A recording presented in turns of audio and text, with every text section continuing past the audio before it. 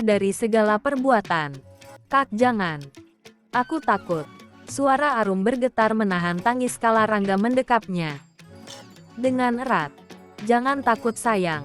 Aku sayang banget sama kamu. Sebulan lagi kelulusanmu kan? Arum mengangguk sebagai jawaban. Kamu percayakan sama aku. Sayang sama aku. Rangga berucap seraya mengiring Arum ke tempat tidurnya, perlahan dan mendudukkannya di atas ranjang empuk yang lebar itu. Arum kembali menganggukkan kepalanya. Tangannya semakin kuat memilih ujung bajunya. Aku juga sayang banget sama kamu. Rangga Arum yang selalu membuatnya tidak bisa tidur kala mengingatnya. Arum yang kaget sebab tindakan Rangga yang tiba-tiba itu pun ingin mendorong Rangga. Namun tangan Rangga menahannya. Aku mohon sayang. Sekali ini aja. Setelah kamu lulus aku akan melamarmu Hem. Rangga menatap mata Arum dengan lekat. Arum yang takut dengan tindakan Rangga yang baru pertama kali itu, membuatnya gemetar. Lututnya lemas, bagai tak bertulang. Semenjak mereka berpacaran selama ini Rangga sangat menjaga sikapnya. Bahkan mereka belum pernah berciuman sama sekali. Dan barusan adalah ciuman pertama Arum. Tapi aku takut Kak. Air matanya telah lolos dari pupilnya, dan meluncur bebas membasahi kedua pipinya yang mulus. Aku akan bertanggung jawab sayang. Setelah kamu lulus bulan depan kita akan menikah.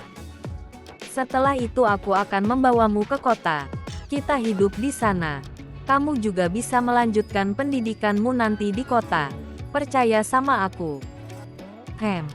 Arum yang mendengar ucapan kekasihnya itu pun terdiam. Tapi aku takut Kak.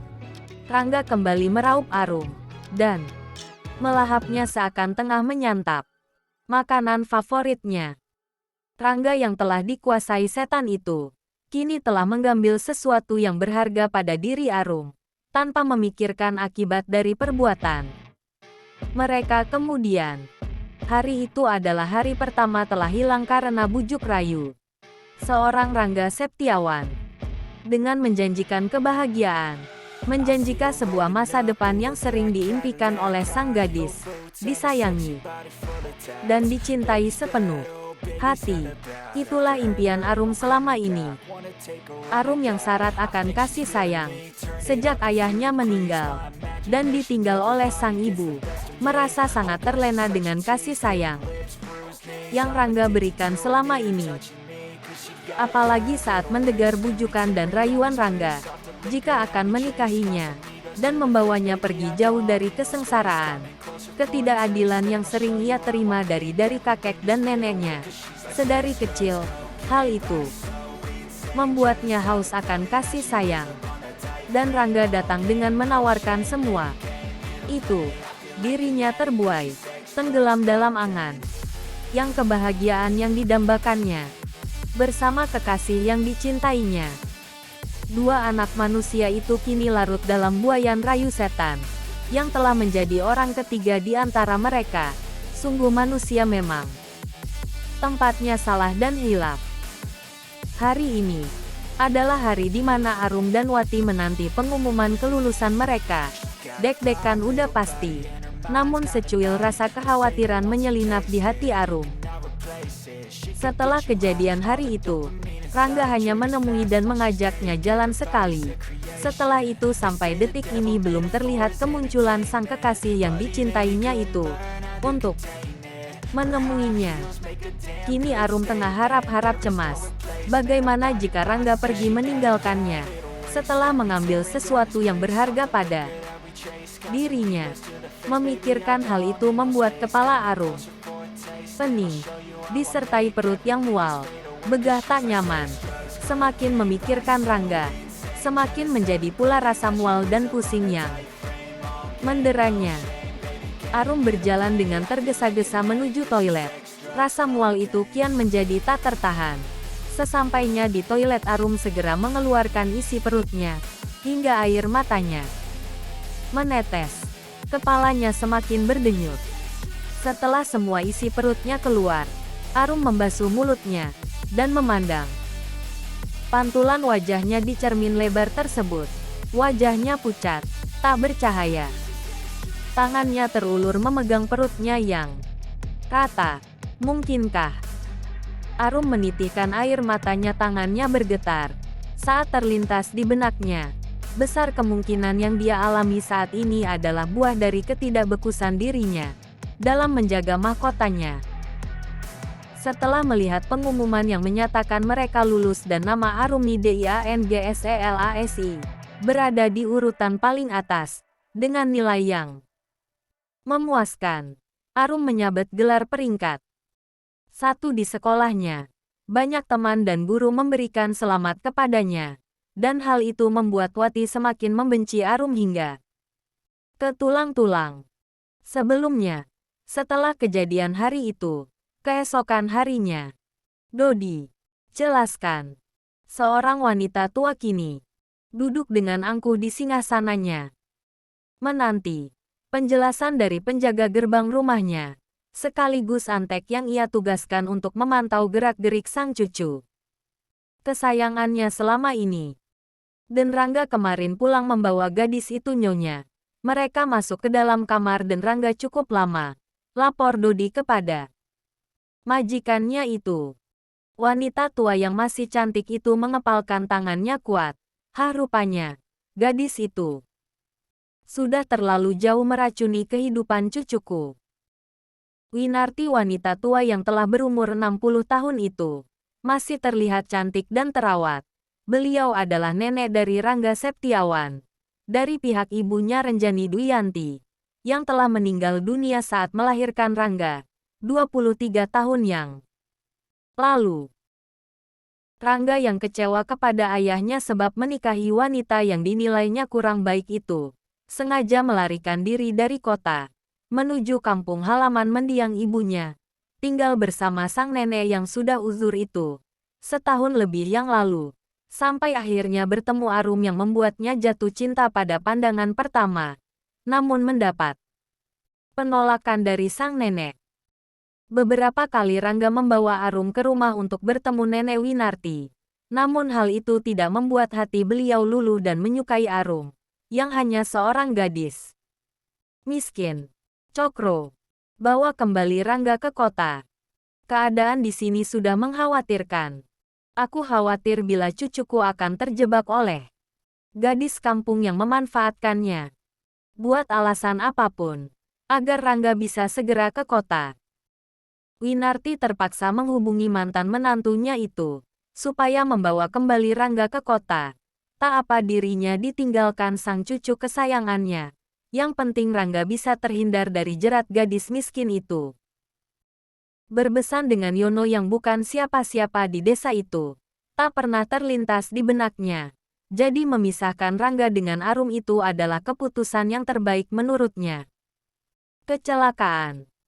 Arum pulang dengan menaiki kendaraan umum. Kepalanya semakin berat, perutnya bagai diaduk-aduk, saat mencium bau bahan bakar kendaraan umum tersebut. Arum menghentikan langkahnya kala kakinya sedikit lagi menjejak depan pintu rumahnya. Samar-samar terdengar suara orang mengobrol. Apa kita tidak keterlaluan terhadap Arum? Bagaimana jika dia menolak? Suara Siti sang nenek terdengar. Arum semakin melambatkan langkahnya kala memasuki rumah. Arum pasti nurut dengan kita. Mau kama lagi? Dia jika melawan keinginan kita. Lagi pula, Juragan Gatot itu kaya banyak uangnya. Walaupun Arum menjadi istri ketiga tapi hidupnya lebih terjamin nantinya. 2. Kini suara Yono yang terdengar.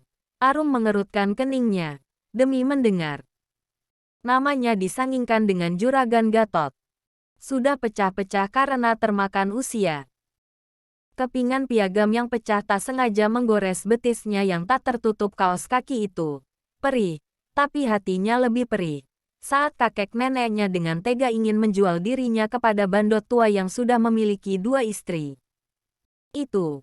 Yono dan Siti menoleh bersamaan saat mendengar suara benda jatuh dan pecah. Keduanya sempat terpaku saat pandangan mereka bersih tatap dengan netra Arum yang menyiratkan kekecewaan terhadap mereka. Namun dengan segera Yono menguasai keadaan yang sedikit canggung itu. Karena kamu sudah dengar. Jadi aku engak perlu mengulanginya lagi kan? 2. Yono menatap Arum, yang masih mengenakan seragam sekolahnya, berdiri menatap dirinya. Dengan nyalang. Kamu akan dilamar sama Juragan Gatot besok lusa. Jadi kamu persiapkan dirimu. Jangan membuatnya kecewa. Ini demi kebaikanmu. Demi masa depan kamu. Begitukah? Bukan demi kebaikan Wati. Demi masa depan Wati. Kalian tega menjualku untuk kebahagiaan Wati. Begitu bukan? Arum menangis kala mengucapkan hal itu. Hatinya sakit. Tidak hanya perlakuan yang berbeda yang dia terima. Kakek neneknya juga tega ingin menjualnya hanya demi cucu kesayangannya, Wati. 1. Arum berbalik melangkah menuju kamar. Pening di kepalanya semakin bertambah. Tubuhnya ingin dia rebahkan di tikar tipis yang ada di dalam kamar tersebut. Kamu tidak bisa menolak Arum. Kakek sudah menyetujuinya. Yono berteriak kala melihat punggung Arum menghilang di balik tirai yang menjadi sekat pada pintu kamar tersebut. Arum menangis, memeluk kedua lututnya. Mengapa kakek dan neneknya begitu tega kapdanya? Hanya untuk Wati mereka rela melakukan apapun, termasuk menzoliminya. Arum memegang perutnya, perasaannya was-was. Apakah? Arum melihat kalender yang mengantung di dinding kamar triplek itu. Ini sudah pertengahan bulan, namun dirinya belum jika kedatangan tamu bulanannya, yang biasanya datang di awal bulan. Kalau hitung dirinya sudah telat hampir 2 minggu. Bulir-bulir keringat itu kini memenuhi keningnya. Takut, tentu saja apa yang akan dia katakan kepada kakek neneknya. Mereka mungkin akan langsung membuang dirinya ke jalanan, karena telah mempermalukan diri mereka. Kak Rangga. Arum bangun dari duduknya dan segera mengganti seragamnya. Setelah itu dirinya menemui sahabatnya Lulu. Wah, selamat ya Rum. Kamu peringkat pertama satu sekolah loh. Aku bangga jadi sahabat kamu. Lulu memeluk Arum dengan bahagia. BTW kamu mau kuliah di mana nanti? Mau ambil jurusan apa? Atau kamu mau tetap ambil kursus? Lulu melontarkan pertanyaan yang bertubi-tubi kepada Arum yang bahkan belum mendudukan dirinya itu. Lu tanyanya satu-satu aja. Aku juga belum duduk loh ini. Arum memonyongkan bibirnya yang seksi, membuat Lulu terkekeh pelan. Maaf, sini duduk. Lulu mengamit lengan Arum dan mendudukannya tepat di sampingnya. Ada apa Rum, kenapa muka kamu murung gitu? Lulu baru menyadari raut murung di wajah sahabatnya itu. Lu, aku mau minta tolong sama kamu boleh? Arum berkata dengan memandang mata Lulu. Serius? Boleh. Boleh banget, kalau aku bisa bantu pasti aku akan bantu kamu. Lulu menggenggam kedua tangan Arum, sambil tersenyum tulus. Arum terdiam sejenak, sebelum mengutarakan maksudnya. Kamu mau nggak nganterin aku ke rumahnya Kak Rangga? Arum menatap Lulu dengan penuh permohonan. Ada yang mau aku sampaikan ke Kak Rangga. Udah sebulan ini aku nggak ketemu sama dia, aku juga sibuk kan. Lagi fokus nunggu hasil ujian. Sampai lupa sama Kak Rangga. Arum tersenyum demi menutupi keresahannya. Dia belum berani berterus terang kepada Lulu. Sekarang, tanya Lulu dengan wajah polos. Iyalah Lulu sayang. Arum terkekeh saat mengucapkan hal itu. Merasa gemas kepada sahabat baik Ni itu, yang selalu ada untuknya. Yuk kalua gitu. Kekeke kokek kekekak. Kota B. Brak. Suara dentuman yang sangat keras membuat beberapa orang yang berada di area tersebut terkaget demi apa yang mereka lihat barusan. Secepat kilat bagai mimpi, sebuah mobil mewah menabrak truk gandeng yang berada di depannya dengan kecepatan tinggi. Kecelakaan tersebut membuat lalu lintas seketika menjadi macet. Para pengendara lain ikut berhenti untuk menolong korban kecelakaan.